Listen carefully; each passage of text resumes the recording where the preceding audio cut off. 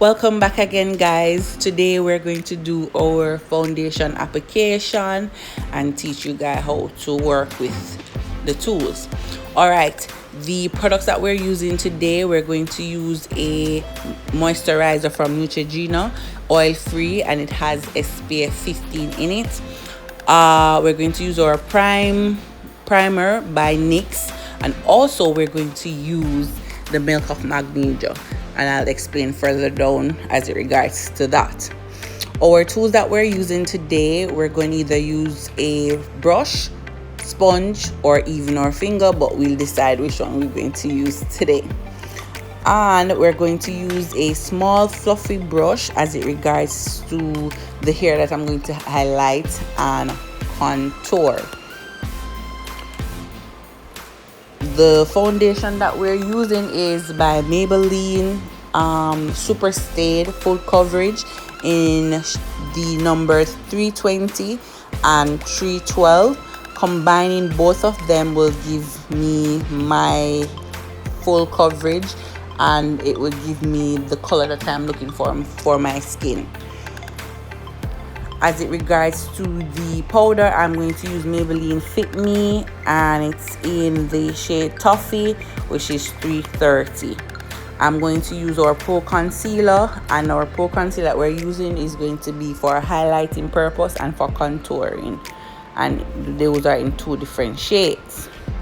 The last thing that we're going to use is a palette that has in contour, blush, highlight, and eyeshadow. What we're going to use from it is the blush contouring from this palette. I'll put in the description below what the name of the palette is. So we're going to start off by moisturizing our face, okay guys? But one thing before, also ensure when you're prepping your face, it should be clean, washed, and pat dry. Skin should be clean, and it should always be moisturizing to match your skin type. Also contain a minimum of SPF to help block sun harmful rays. Additionally, boost and makes your skin extra soft. Okay, so ensure that you moisturize your face before applying your foundation, because it does help you in the long run. As it regards to the primer, a highly recommended a silicone based skin primer, prepping the skin before makeup as it fills in the fine lines and the wrinkle, as well as smooth your face. So it's a really key thing to use your primer, because if you're having some fine lines, it does help you with your foundation. Also, when I mentioned before that we're using the milk of magnesia, we're going to use the milk of magnesia. Really, what the purpose of the milk of magnesia is that if you have oily skin and you sweat easily through your pores, what it does, it conceals it. So if you're going to a major event, maybe a wedding, a party, and you don't want your makeup to shift, or you don't want your makeup to looking cakey or some anyway, it's good to use the milk of magnesia. All right, so for your foundation is the base for the rest of your makeup. To make sure that it acts as a black canvas, choose a foundation that identically matches your skin tone. Rather than your hand or your neck, you need to put your foundation at your cheeks, pull it down to your neck, and see if that color fits you. Stick with the color that match your skin tone without blending, and that is the process that I'm actually doing, and I'm using my finger. All right, with your foundation, it comes in variety of mediums and textures. It includes like loose powder, cream, liquid, or compact powder. It is stated that cream is the best option to use. However, I think if you use any option, the key thing is the blending of your foundation, and ensure that it is well blend in your skin. The three primary means of applying foundation is finger, sponge, and brush. as you see that we're using our brush today. Although there is debate between which is best means of application, but there are benefits to each. For the finger, it allows better blending, and for both brush and sponge help keep the spread of bacteria, so it protects you from acne basically. So each of them have their own benefits. So we're going in and we're ensuring that we blend our foundation. When applying the foundation, it should be applied first in the center, as was mentioned before, and you should put a few dabs to either your cheeks, your nose, your chin, and a bit to your face. With that, you should ensure that you blend your foundation, and it shouldn't be a noticeable line where your foundation starts or ends. So it shouldn't be that it stops at your chin or it stops at your foreline there, your hairline, where it can tell where you start your foundation. Alright, prevent your foundation from being too thick by spreading it out, otherwise your face will look cakey and fake. So a key thing as it regards to your foundation, it's better you do a thin application first, and then if you require that you need more, then you gradually add.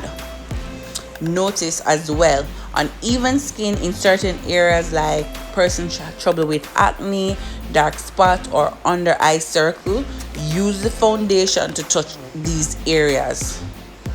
Alright, and it is best you use a concealer brush to apply more heavily in these spots, because you need these spots to be covered and you need your foundation to be equally spread on your face and into one.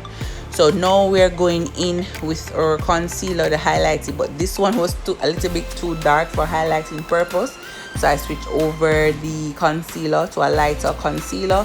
I'm putting in our highlighted areas, which is our chin, the bridge of my nose, right at my third eye, and also in the middle of my cheek there.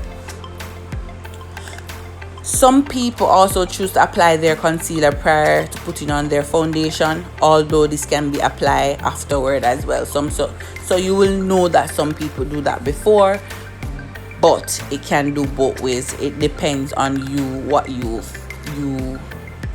okay with.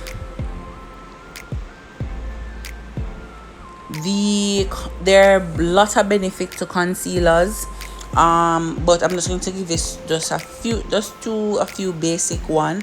As it regards to concealing these areas, a purple under eye that you want to conceal, for best results, use a concealer with yellow tone, or use a yellow corrector to neutralize the purple.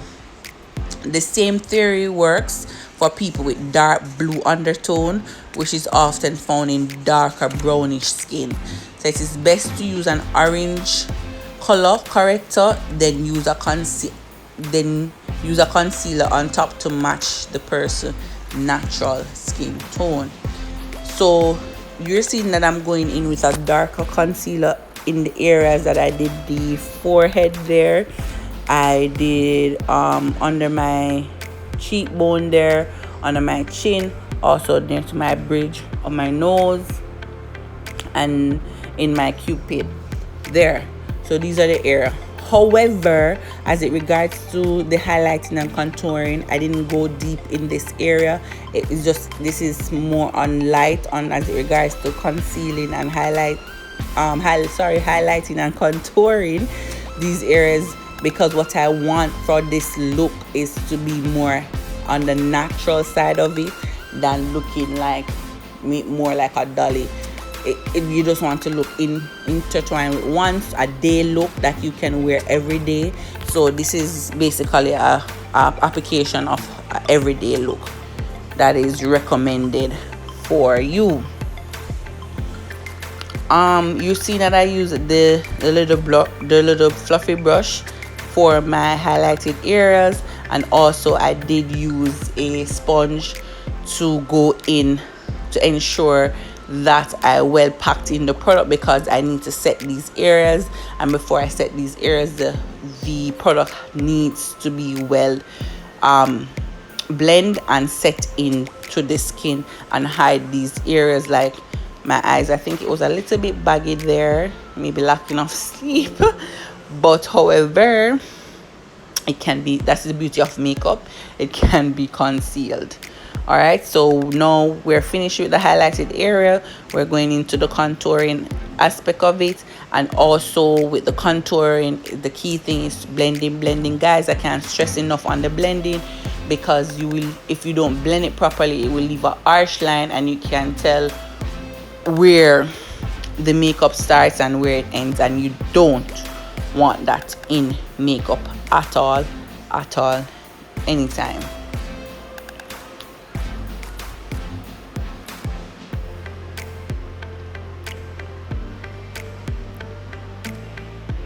So we're getting the key areas and we're ensuring that this is well blend and the areas are put together.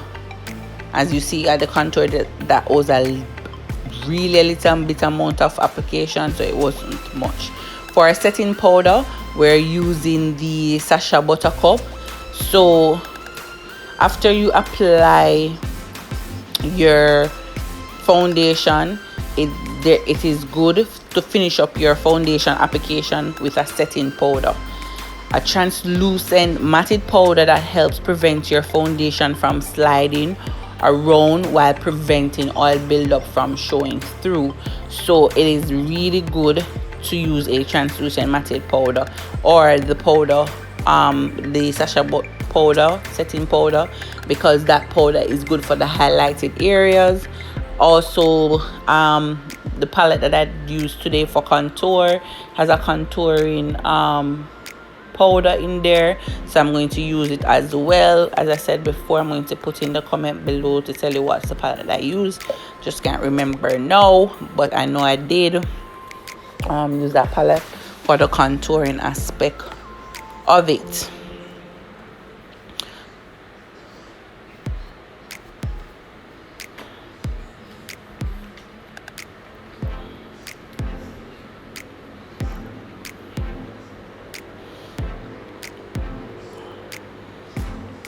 So we're going over the areas that we had put in for contouring, and I'm setting those areas with a powder and to ensure to define those lines.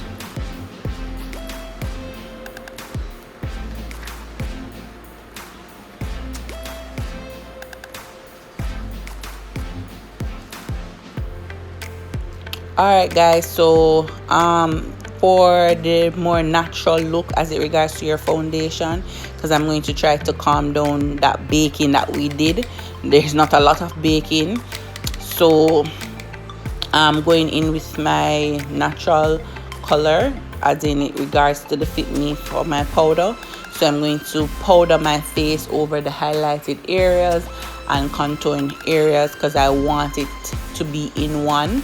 I don't want it to look for a defined contouring or a defined highlighting. I want it to be in one. But as I said before, I just did a small amount of product on my face just to show you a little aspect of the highlighting and contouring parts of it. For a natural look, there's really a key thing to use a blush. A blush helps to define your cheeks and helps you to give this perky look. So I'll definitely say that you can go in with a natural color that will help you to highlight in your cheek, and that's a key thing as well to blend in. And I surely will go over with my powdered brush to define those areas and ensure that it is equally brushed out. Okay guys, so I went off camera and I put on some lashes and a little lip gloss there to finish this look. So this is a more natural look as it regards into applying foundation, everyday look that you can wear or to go. I hope you learned something today. So please like and subscribe, and I'll see you soon. Bye guys. Thank you for watching.